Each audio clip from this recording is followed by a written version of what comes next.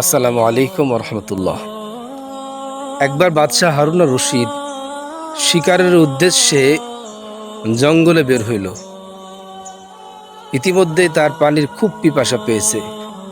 গ্রামের একটি লোকের সাথে সাক্ষাৎ হইল। লোকটির কাছে এক গ্লাস পানি চাইল।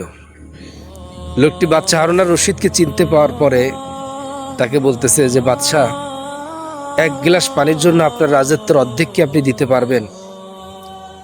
বাদশাহ হারুন আর রশিদ বললেন, যদি পিপাসা কঠিন আকারে হয় যে মৃত্যু নিশ্চিত, তো অবশ্যই রাজত্বের অর্ধেক দিতে প্রস্তুত আছি।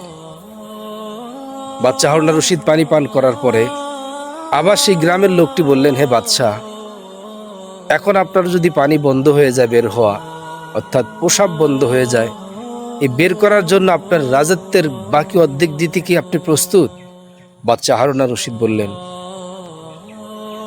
যে হ্যাঁ, যদি এমন মৃত্যু শয্যায় চলে যাওয়ার অবস্থায় উপনীত হয়, তাহলে তো রাজত্বের দ্বিতীয় অর্ধেকও দেওয়ার জন্য প্রস্তুত। এই ঘটনা থেকে বোঝা যায় যে একটি রাজত্বের মূল্য এক গ্লাস পানির সমতুল্য।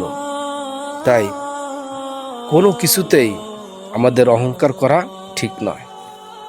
ধন্যবাদ সবাইকে।